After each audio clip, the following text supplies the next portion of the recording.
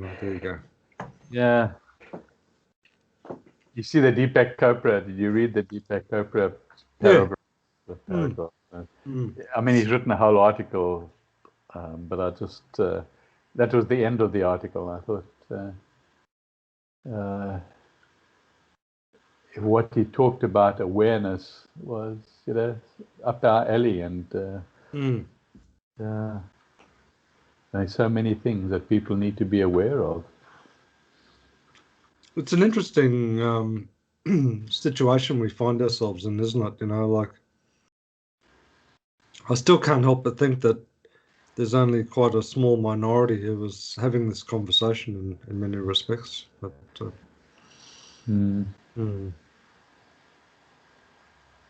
seems to be lots of forces working against having this conversation on a broader scale for some reason. Don't quite know why, but anyway. Yeah, consciousness. What, a bit like the Alatra thing, where they sort of say that level of consciousness works against the truth. Yes. Yeah, and because the world news, that's all anybody ever gets, unless they are aware and go searching for some other type of news, or other side of knowledge. What do you think the why is behind that? Yeah, it has to be the evil that's so embedded now around the planet. But if you follow the so-called logic trail, the end game of that is just cease to exist, isn't it? Yeah, yeah, yeah. It take away everything. It can't survive. So self-destruction. Yeah.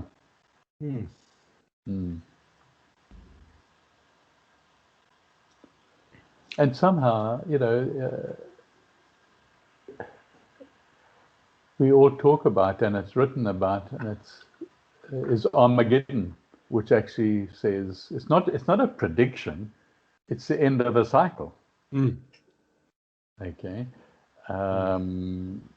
so that's not imminent, but it could be when we are there. This could be that moment of Armageddon where it folds up. Yeah, it's sort of maybe as more of the truth comes out in one form or another. Like, for example, I was reading an article there last night where NASA have this project going at the moment regarding alien life. So we've been told for a long time that there's no known other life in the universe, and we don't, and particularly intelligent life, but there's stronger evidence now of microbial life in that. But anyway, the guy who was writing the article had been appointed by NASA to try and assess the broader population's reaction to the announcement that there's other forms of life, on planets other than Earth. Oh, that's interesting. And a lot of the research he was doing, he was sort of talking historically about, well, if you look at, what happened when, that Jules Verne had that radio program and all the hysteria around that and fear and, violent responses and all that sort of stuff. They're just trying to get a better handle as to what they think the reaction might be now.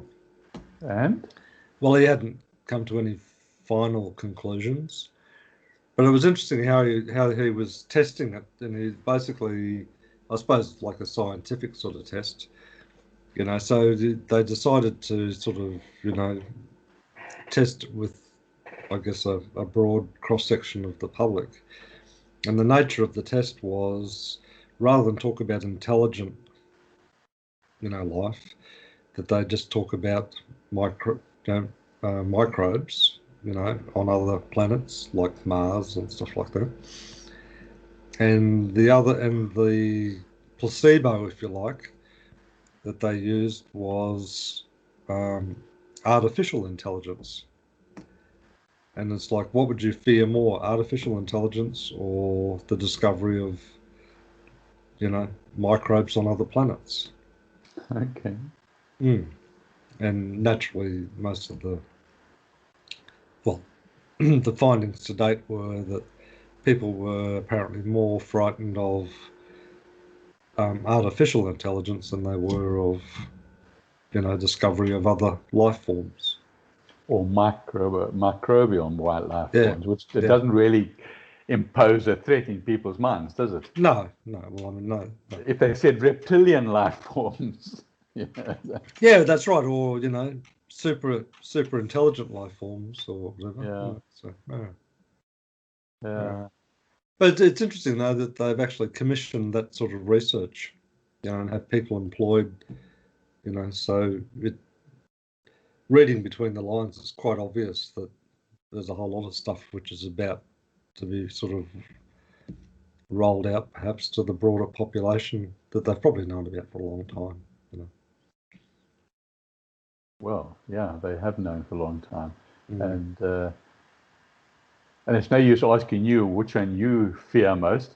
Although I guess I have an answer. What's your answer?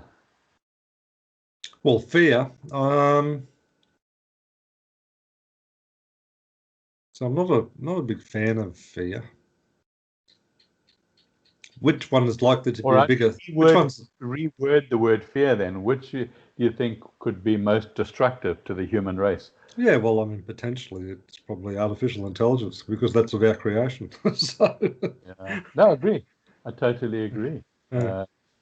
I think artificial intelligence handled incorrectly by its programmers, and they're basically five enormous big uh, companies that are working, um, and and Well, three. it's not even really handled incorrectly, is it? Because I mean, if you look at the artificial intelligence, for example, on Facebook and Google and stuff like that, the creators of it created something that they no longer have control over, Mm, and it's to create something that was going to not act in humanity's interests. In fact, I think they created it with the notion that it would be in humanity's interests. But the reality of it is the nature of the creation is taken a path of, other than what they originally planned, so. yeah, Yeah. but uh, there are programmers behind it. I'm not talking about what AI exists at the moment. I'm talking about what will exist in the next year or Mm. three, um, and uh, and what the motive is for creating that AI. Okay, I Mm. was reading last night in one of the latest books that I've purchased is that WeChat. Um, do you know the app? Um, No. it's like WhatsApp. Okay. Okay. Yeah. uh, but it's produced by the Chinese and Mm. it's worldwide. Okay, Mm. it's if it's not the most popular, it's probably statistically with the number of users. And WeChat can be used for absolutely anything, and it is being used for anything. Okay, Mm. the Chinese use it to find people jaywalking. They find drivers who are pulling off on the side of the road for too long, Mm. all via WeChat. Mhm. Okay, Mm. it's connected to their cameras on the streets.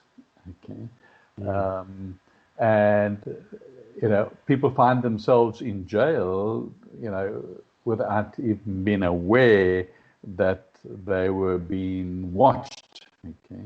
Mm. Uh, So, these things really fit in very well with a communist society, or a society that has a dictator. Okay. And that's the way to capture the world. We spoke about this before. Okay, we spoke about outer space, capturing outer space, dominating outer space. But that's where you will control these bits, this information, this data on every street throughout the planet. Okay, and it's capable of collecting information about people's characters and their behaviors and their decision making. Yeah. Okay? So again, in the wrong hand, it can search out people who are going to be antagonistic towards their country, Yeah. or even, a terrorist in their country. So I think AI needs to be, not that we can do absolutely anything about it, because there are so many good uses for AI, dramatically good uses. The end result, if you look at what's happening in the world now and how we started this conversation off, is why is the world like it is now, with this consciousness of absolute lies and power and consumerism, to the degree that it is. It will do good, and it will have a choice. It will have a choice. But I come back to my comment. It will have a choice now, with the people, with the companies that are paying people to program them. Now, China is bribing people from very large companies and laboratories and universities in America to come and relocate to China. Okay, and I can name them. And these people are doing it because it's like unbelievably, an opportunity of, this is one way I can get too much of everything, is to accept an offer like that. And I think that's probably the end game for some of these people, because I guess their goal is to make themselves immortal, so whether that's to download their personality into, some sort of intelligence entity or something like that, maybe that's their way that they think they can cheat death. I don't know. Yeah, yeah. And that would be a disaster, because of Armageddon will happen. Okay, but it might happen long after these AIs have taken control and are trying to avoid Armageddon. And I can't imagine how they would be able to avoid Armageddon. But that might be worth a conversation on its own. But it's too far ahead now to think how you could. I think one can possibly avoid, dramatic climate change and some of the big things that we're talking about. Well, I guess it sort of goes to the heart of the question is that outside of the physical dimensions, once you get into those higher dimensions, are they outside the realm of the universe? No, they're not. They're definitely not. In fact, a lot of the higher dimensions are still part of the physical cosmos and universe. The physical universe is everything that anybody ever talks about and sends satellites to and watches on telescopes and so forth. That's all in the physical universe. Okay, but just other side, death and a few dimensions is a totally non-physical universe, which is far more expansive than the physical universe. So, no, the physical will diminish and disappear, and all the souls that haven't managed to get to the eternal side of the universe, that will not implode or explode, for that matter, will not experience Armageddon. Yep.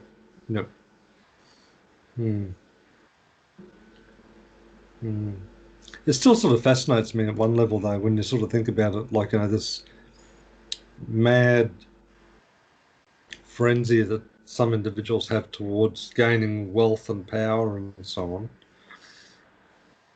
Like, wealth and power really don't have a place, do they, in that environment? I mean, like, wealth is a creation of our own, and power is just how people manipulate the accumulation of wealth, to their own advantage. But as soon as you go into those higher dimensions, does it have a role? No, it absolutely doesn't have a role. But we're here now. I mean, if you take it's just even people that probably we both know, who lose themselves in gaming artificial reality. Okay. Now that artificial reality is very real when you got the goggles on, and you experience that somebody has programmed. Because nowadays you can feel the other person. Okay, you can smell what's going on now, and you absolutely are in a real situation. Okay. And then you take your glasses and your mask off, and hey, you're in another reality. Is one any more real than the other one? I guess it is, because this one you've got to eat and drink, and the other one, not that I'm aware of, you don't eat and drink to survive. But then in the spiritual realms, you don't eat and drink either. Okay? You pass.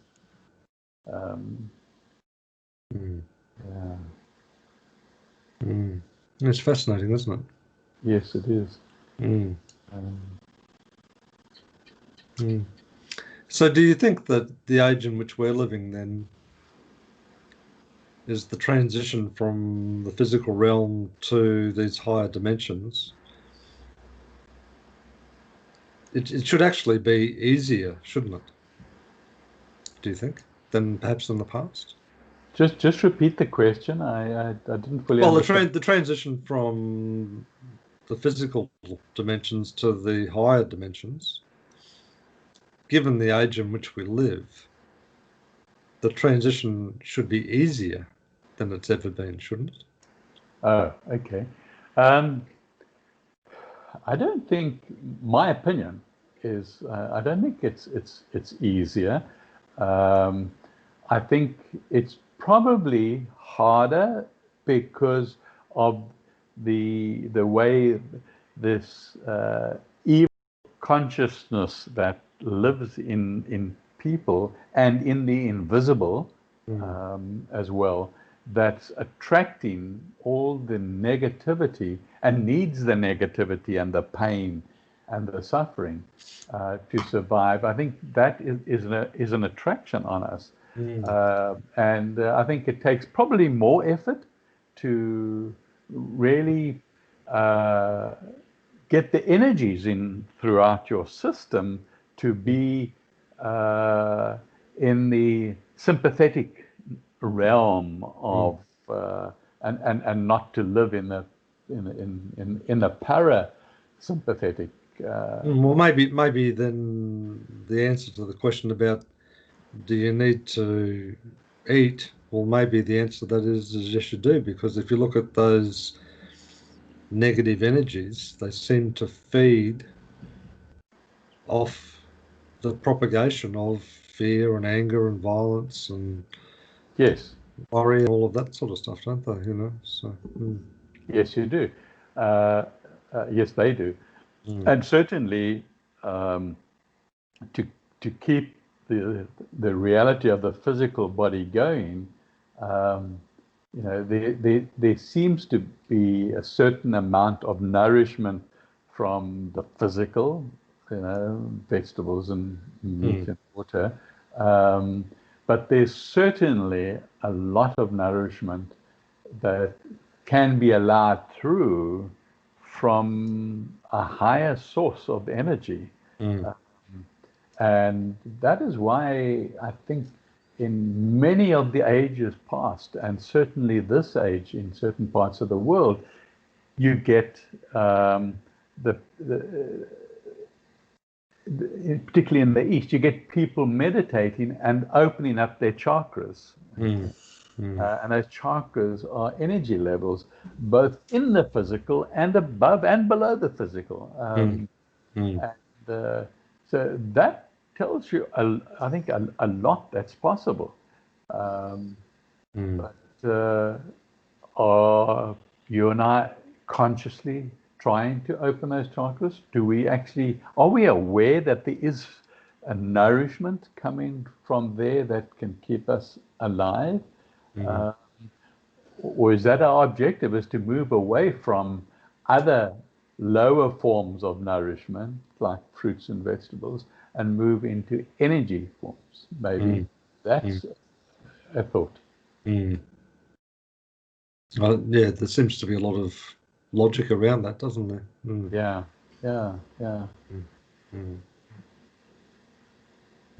And I suppose, as you say, from an awareness perspective, there's lots of sources of nourishment that we perhaps don't give credence or much credence to, like sunlight and air and the energy of the planet and the position of the planet within the solar system and the proximity of the moon and all of those things.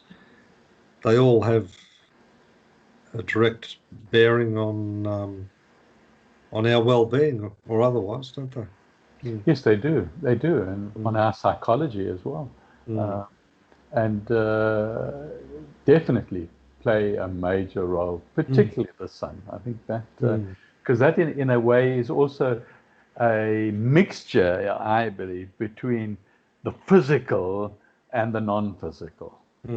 Okay, actually coming from a source of the sun, so we can see the rays, or we can get a device to see the rays, and we can certainly feel it on our skin. Okay, but there are other things that come that we cannot see that influence our well-being and our health. Very true. So then, therefore, perhaps a thought is that in pursuit of our Phoenix Rising objectives, we need ourselves to continue to have this exploration about the things that we can't necessarily see, to try and have a better understanding as to what their impact is on us. So when we talk about the nervous system, for example, it may well be that, as you say, that just having a bit of sunlight hit your skin every day will change the energies around how your nervous system operates, which is an electrical system, isn't it? So. Yeah, yes, it is. It is, and it certainly is something that I'm looking at on a daily basis now, as you know, and I will uncover more and more of the truth. So there's a lot of speculation, and it's so difficult for somebody in my position at the moment to differentiate between something that is speculative and something that is real, because there are so many bloggers out there like myself who like to be creators, and so they take something and they take a fact and then they start assuming, and And so, yeah, it's. But there again, that is in a way being creative as well, because you're now getting knowledge perhaps that does not exist. Something sparks you. Maybe a scientist in Switzerland working in a laboratory sparks something about the sun and vitamin D, and then you suddenly get an aha moment, and you think, now that I haven't seen anywhere else. Does that mean that I can't write about it? Mm. Mm. Okay. Or do I write about it and say it was just an aha moment? So it could be a lie, not a conscious lie, but it could be an untruth, maybe. Yeah, I think one of the challenges, isn't it, is that again, well, I suppose it's always been there to a certain extent, but when people come up with an idea or a proposition,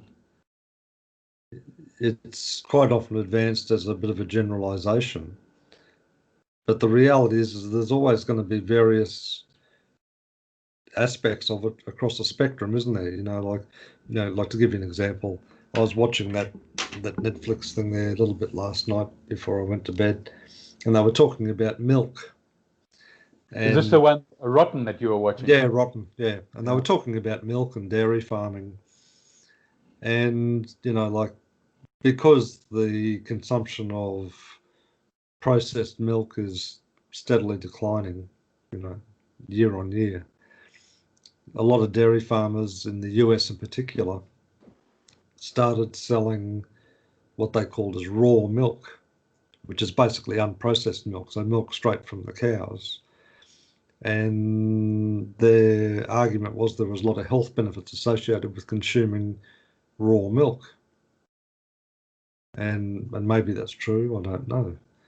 But there's certainly a lot of risks associated with consuming raw milk as well, because, it's a very fertile ground for, some pretty serious bugs to develop very quickly. And there's lots of cases out there where children and others who've consumed raw milk have found themselves waking up dead one day because of, some of the impacts of doing that, as compared to, say, pasteurized milk.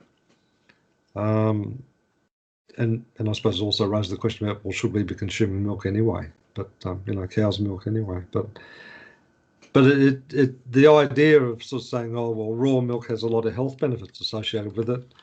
That's not necessarily a false statement, but it's not necessarily a completely factual statement either. Because there's always degrees. I think that's a good example. I think you've used a very good example to emphasize what I was saying. Definitely. And it brings one to the fact that more of your physical cells in your body are alien than are human. Yeah, that's right. Okay. Yeah. And they've even got their own DNA. Okay. I mean, hello. Are we then alien? And their own intelligence, I guess, in that respect. Yes. Of course, they have their own intelligence, and they communicate with each other, and they communicate outside of us as well. Okay, so that is really interesting to follow that, because now, we resort back to this, and it irritates me. Science says, or science has done this. So that's sort of like says, okay, well, if science has done it, then it's okay, then it's factual, and there's a certain amount of truth in that. Okay, but it irritates me because science has got to this point of identifying these aliens, identifying now with their strong instruments, they've got their own DNA, and identify that they are communicating with each other and appear to be receiving and communication from other sources that are not cells in your body. Okay, now that's where it stops. That's where the science stops. I speculate after that. Okay, and say, well, where's that coming from? Okay, and it's coming from the energies that are brought into the body through the chakras and through every single aspect of the universe, including the plants around you that you walk in the morning or you garden with. They all have that communication. There's a synergy between, the environment you live in and the environment that lives inside you. Mm. Mm. Yeah. Yeah, there's a remarkable similarity with it, isn't it? And then even at the biggest macro level, like, you see these maps of the universe, and they look remarkably like a brain. Yeah, that's right. Yes. Mm, mm. Yeah, so it's fascinating in that sense. So that when we start to have conversations about consciousness, well, even within that sort of notion, they talk about one consciousness, and I think that's a true statement. But I think there's also a lot of paradoxes associated with that, because there's probably lots of different levels of consciousness or degrees of consciousness or dimensions of consciousness as well. Yeah, but we know that. I try now, since the last few weeks that we've discussed, or since we've perhaps even met Alatra, I like our word awareness, okay? And that's why when I saw Deepak Chopra on the article, I thought, okay, he's thinking like we're thinking, okay? And he really took it. You must read the whole article if you find it on LinkedIn, okay? He gets to a much deeper level than perhaps the conversations that you and I have, okay? But he really lands up with it in a simple way, okay? And he uses words, that we use, okay, on both sides of the spectrum, okay, on the physical side and on the spiritual side, if you like, and that makes it like very real and makes it. I read it and I thought, he thinks like we think, and he's thinking like we're thinking. So he's really writing some really good stuff in the last few months that sort of gel with me. He's written all his life, but it just gels with me, and he's come through the ranks of being a scientist of great renown, and he's opened a wellness center, and it's also well known. And now he's writing these sort of articles. After all that, I find it fascinating. Yeah. Yeah. Yeah, I guess his proposition is just a logical part of the exploration of what being healthy actually means, I guess, doesn't it? Yes, yes, in its totality, okay, not just the physical. Yeah, yeah.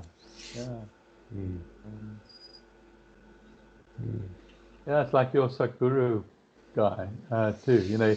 Everything he says makes sense. Okay. He possibly makes one aware of an aspect that you never thought about, and that's what being awareness is. Opening yourself to what's going on out there, bringing in awareness that's sitting somewhere in a library in the ethers, ready to be taken out by people who are becoming aware that knowledge exists out there. It's interesting, because he says, well, I've heard him say it repeatedly, both in person when I've been in his presence, and in numerous videos and writings and that. But he often says the time for the talking is the end is near. I don't, I'm not going to keep on talking like this, and have answering these sorts of questions for very much longer. The time will come shortly where I just need to be quiet. Yeah. So you sort of think about, okay. And I think in one sense, and he's said it outright on a number of occasions, and it's in his book here, and that, that You know, he doesn't want to become spiritual entertainment. You know, it's Who are you referring to now? Your Sadhguru or Deepak? yeah, yeah, Ah, yeah. Okay. Yes. yeah. Okay. Your guru. Yeah. You know, and then I guess Deepak would probably have a similar view that you know the work that they're undertaking is not for entertainment. It's for you know the betterment of humanity, the realization of humanity, or the liberation of humanity, isn't it? You know, so. But how do people become aware unless he does talk? Mm, mm. Or do you think the people who are listening, it is just entertainment for them? Well, my sense of it is that, and I think it's been this way for as long as humanity's been around, is it seems to be influenced by a critical mass, you know, and they talk about, you know, like there's enlightened beings, that there's always been, you know, three or four or five or whatever, walking the planet at any given time. Mm. And that's enough to sustain all of humanity for the time being. But obviously, as you know, they go out and get disciples and people, you know, progress along their own spiritual paths. Through that increased awareness, you know, there becomes a critical mass that, you know, you don't need to bring everyone with you because you get to a critical mass and everyone comes with you anyway. You know, Yeah. so Like a maybe percentage, like a 10% percentage yeah, of yeah, whatever it humanity. is, or the 1% or whatever it is. Yeah. So Yeah. Okay. mm. Yeah.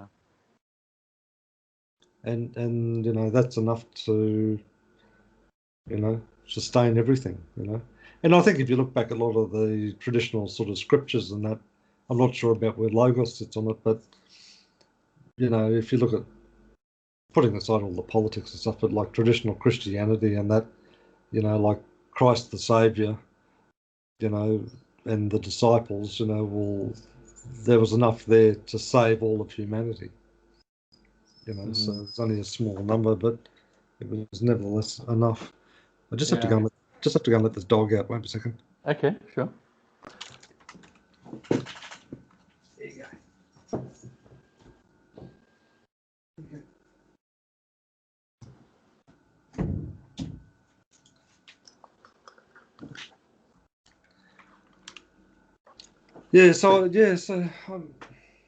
And again, it sort of rings true. I don't know why it rings true, but it just rings true that you know the power, the pervasive power of these aware people, you know, highly aware people, seem to have a secondary overflow to you know a much broader level of the population.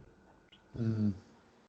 You Mm. know, and as, I'm not sure where Logos stands on that, but I kind of get the sense that it's a bit the same. You know that there's only a very small number of people at that you know highly aware operating level that have a significant impact on the you know the congregation, if you want to use that word. You know. Yeah. From the best that I can possibly comment with Logos, is that there was information that needed to be brought down into the physical realm, okay, Mm, of which some of it has been printed in book form and then put away, mm, okay. Um, Other than the people who contributed to the printing of it, you know, they got a copy. But then after that, it's gone. Okay, mm, um, and and Moya Chalubi tells us that he works at the moment um, on the inner planes, because that has to change first. Okay. mm, Um, and and he says even after his physical death, he's going to remain there on those planes, those inner planes that surround the earth and totally have an influence on the planet. Okay? Yeah. And that's where he spends most of his time now. Okay, is there, and it's been a process coming down from, let's say, the thinnest physical plane, down to the subconscious, the mental, the emotional, and so forth, to the astral, and down still more. Those are largely been impregnated with the ultimate truth. Okay, and the people are in those places are still assimilating this, or becoming aware. Maybe that's a good word to use of ours. Becoming aware of it. So we're not going to have much more from Logos, in my opinion, until the world has really, either through alien invasion or climatic change, or the back to the dark ages through a climate change, and something like that happens, which is going to happen. I mean, it talks about that happening, but the relation on where he comes out, I'm not sure, or where that comes out. So I think that process is still going to happen. And is he sort of actively seeking to expand his congregation, or is it? No, absolutely not. Not at all. Okay. Not at all. No. No. He says there are people that have been with him in many incarnations, and what he does is he just writes something on Facebook, for example. Okay, and he said that there are people that will read what he writes and make that connection through Facebook, and then on the inner. But he says, we tend to interact with all the Logos people in our sleep. Okay, that's where there's a masses of activity going on, and one or two of the I can recall in it, but I can't imagine what the significance is of those particular gatherings, because they seem to be social, just with Logos and with Moya, and it's just en masse, but very pleasant still. Yeah, that's about the best I can add with that.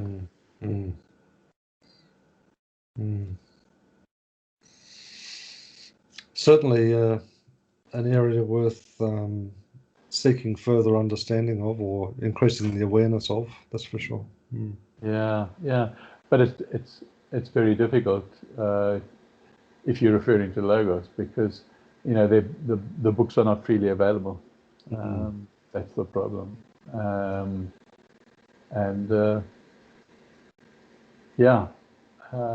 one of the things that the Lord Eagle, which is what I call Moya Chalubi, it always brings up. He says, if I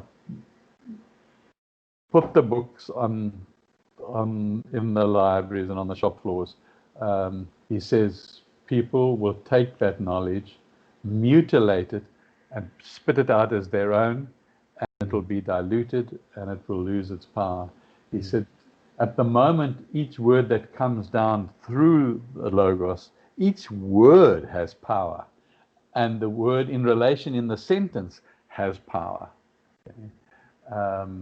And isn't that fascinating? That's really fascinating, because I've often thought, even more so in recent times, I look at, well, it doesn't matter what the subject is, but I just look at people who are portraying themselves to be like an expert or an authority on a particular topic.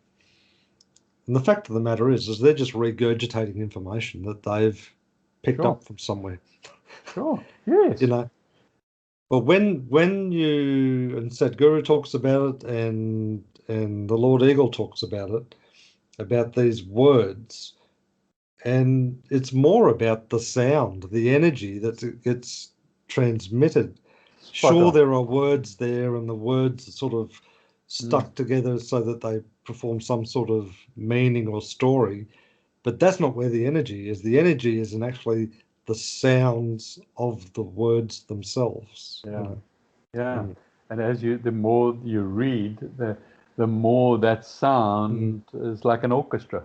Yeah. So if you think about some of the ancient chants or whatever, Yes. the power is not in the In the literal word. meaning of the words. The Uh, power is in actually the sounds that you're making, you know. So yeah. Yeah. Yeah. mm, mm.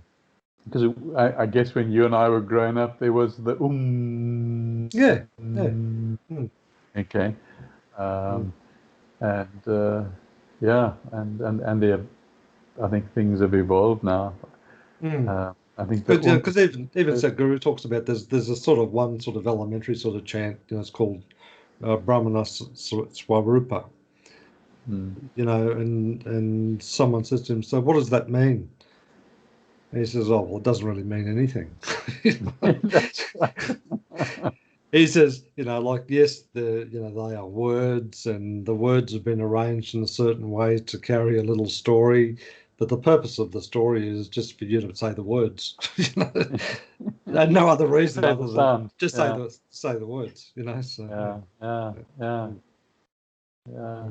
He said, but if I just said to you, oh, you know, well, there is no meaning to it, Yeah. well, then you wouldn't be interested in doing anything with it. So, he said, Yeah. so we just sort of manufactured this little story around it, so you say the words, Yeah. Yeah. you know.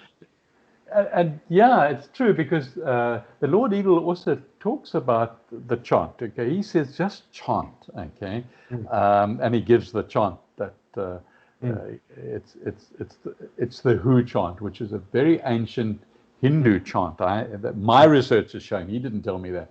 Yeah. Uh, an HU Who, Mm, um, and he said you can heal your body with that mm, chant.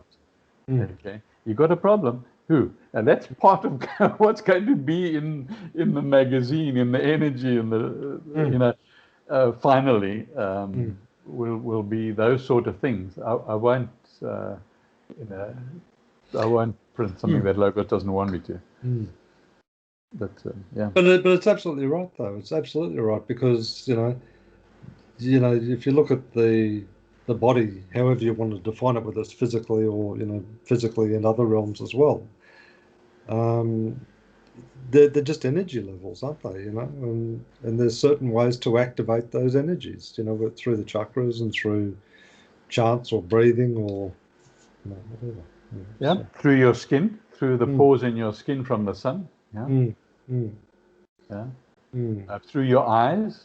mm, Yeah, mm. So when you start to think about things in that context, it just changes the whole focus, doesn't it? yeah, Because yeah, everyone, like a lot of the people who have a lower level of awareness, it's like, oh, what are you doing that for, or what does that mean, or because the yeah, mind, the mind at the level of awareness is at the stage of, oh, we have to make it mean something, yeah, yeah, yeah. whereas it's not meaning anything. It's just like the explosion in the cylinder of a car engine. You don't have to make it mean anything. It's just the energy that's being released. So, Yeah, and what you and I are doing, if we use the analogy of your captain's chair, your old dilapidated captain's chair, you're revamping it and bringing it back to life. Okay. Now, mm, what we're talking about right now is it was there like the captain's chair. Somebody made it. The information, the knowledge was there, but like the Who chant, which goes back to time immemorial with the Hindus. mm, Okay, we're mm, bringing it back to life. mm, Okay, mm, making people aware that that is an element of healing. mm, Okay, that mm, is an element of if you've got Alzheimer's or any form of dementia, this is an opportunity. Okay, mm, um, if you touch your lips with the tips of your finger and rub your lips, okay, mm, you are communicating with your body, and your mm, whole body is responding to that touch. mm, Uh, just like when you smooch a woman, mm, the lips touch the lips, and the whole body is communicated with. mm, Okay, mm, No, And the no, same when you have yeah, you breathe through one nostril, if you're sort of changing yeah. your breathing, and you're absolutely right. And I like the analogy, like with the chair, because I've never really sort of talked about it and know as much, but for me, the laying of hands on the timber and reinstating this, for me, I always say that I inject a lot of myself into it in terms Mm, of the energy. So the finished product has an energy about it. Oh, yes, that's visually appealing, or this, whatever. mm, mm. But it's the energy, like the original creator of that chair injects it into that creation. It's Right. not just a matter of just cutting a piece of wood and gluing it together and doing this or doing that. There is a big energy exchange in it. So, Yeah. And from where that wood originated from, the tree yeah, that was cut down to make it. mm, Okay. yeah. Um, so And there's a absolutely. lot of and there's a lot of memory in there. So Yes, you're tapping definitely. into that memory. So, Yeah, yeah, yeah. mm, Um, mm. And that comes through awareness. Mm, yes. Now we're back to the beginning. The first words mm, we used in this conversation was awareness. You mm, see, mm. and the Deepak Chopra's awareness and the Guru awareness. But I think that's an important word too, even like from your and my perspective, because as we have conversations, or whether we communicate through magazines and videos and whatever else, using that word awareness, we need to make it clear to people that that's not about accumulating information. No, no. Awareness is much more profound than, oh, I've learnt that 1 + 1 = 2, Mm, mm. Yeah. and But regurgitate how that. does that 1 + 1 = 2 affect me as I move forward Mm, in my mm. spiritual journey? Yeah, and as I'm sure that, well, I mean, you've already said it, like the Lord Eagle sort of says, is if you do this, you don't have to understand it, but if you do Yeah, this, that's right. things will happen to you. And Yeah, it's not about attaching meaning to it or whatever. It's just a technology is that if you do this, this will happen to you. yeah, yeah, yeah. Now Mm. go away and experience it. Yeah, go and do it. Yeah, Go and do it. Yeah, go and yeah, do it. yeah. Okay. The Don't knowledge change is it. not good Don't enough. The don't knowledge put is your not own spin on it. Don't good. just go and do 1 and 1 is not good enough to know it's two. Okay. Go and do it. it. And be disciplined about it and do it consistently and do it. Yeah. Be careful putting rules to it. Okay, um, those are human rules of doing Yeah. things, and it might be right, but you Mm, know, but I think also just let it flow. Okay, mm. uh, and And as your awareness arises, you'll experience it. It's an experiential thing. Yeah, that's right. yeah, you experience it, and you experience at the moment that you need it if you stay aware, okay, of it. Um, and the things you need to perhaps remember to stay aware. Maybe you've even got to jot down a couple of things in critical places. Mm, Um, I use the what do they call this on your screen? Uh, uh, like the desktop on your screen. When you mm, turn your screen on, the first thing that comes up. Okay, mm, mm, okay. Um, I go to publisher and I create a couple of things that I want to be aware of. mm, And when I turn my screen on, there it is. Okay, it's there, and then it's not an instruction. It's not a to do. It's just to be aware. mm, Um, and uh, and to make you focus on what, for me now, for example, the alternative life. mm, That's really where we're heading, or where I'm heading when I mm, come to my computer in the morning. And yes, I've got other things to do, and I've got to write other things. But that really means around the nervous system now. So I yeah. think that become more and more aware of alternative life, bringing to life the alternative life that's always been there. Mm, mm, Okay, but people have forgotten that, or people have got so sucked up in been involved in too much stuff, okay, and too much power and too much glory and self-egotism, okay, that stuff has been taken away. Or trying to frame themselves as an expert, where really the true power is in 3 simple words: I don't know. Yeah, that's true. That's true. But even what we resurrect in is not our own. I mean, that chair was never yours, okay? That captain's chair. I mean, the chanting I'm talking about was never mine. Never ours, no. Okay. No. It's just resurrecting, bringing back the awareness, you know, that it exists and the power that's in it. Okay. Imagine who's going to sit in that finished chair of yours, okay? You know, I don't know, but I would imagine a whole lot of previous owners will be sitting in it, okay? And enjoying the fact that you've made it beautiful again, and they can use it for whatever they wanted to use it for, okay? Even though they might have been dead for a few hundred years. Well, it's true. It's true.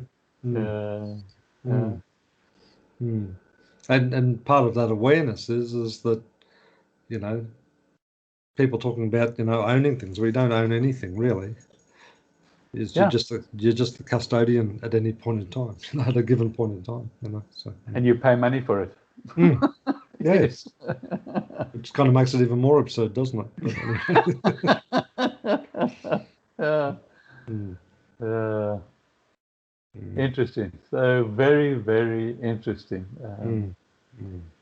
All from the word awareness. Well, it's a word that I think that, you know, you and I again need to continue to explore the dimensions of it.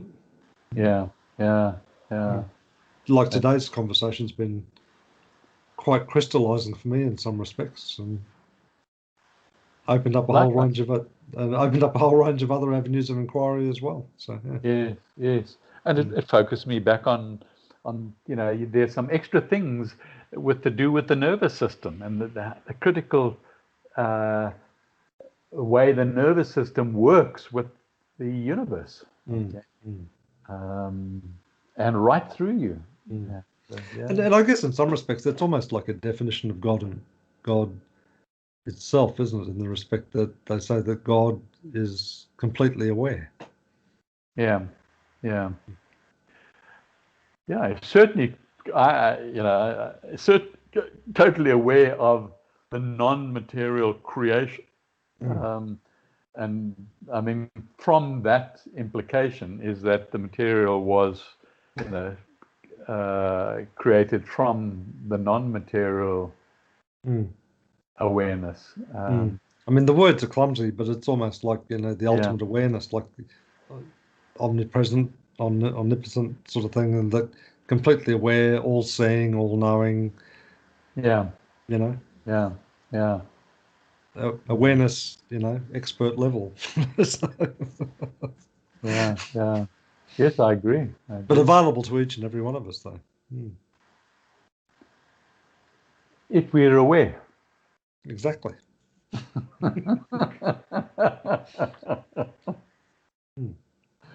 Okay. Sounds probably good. A good place to end there. Okay.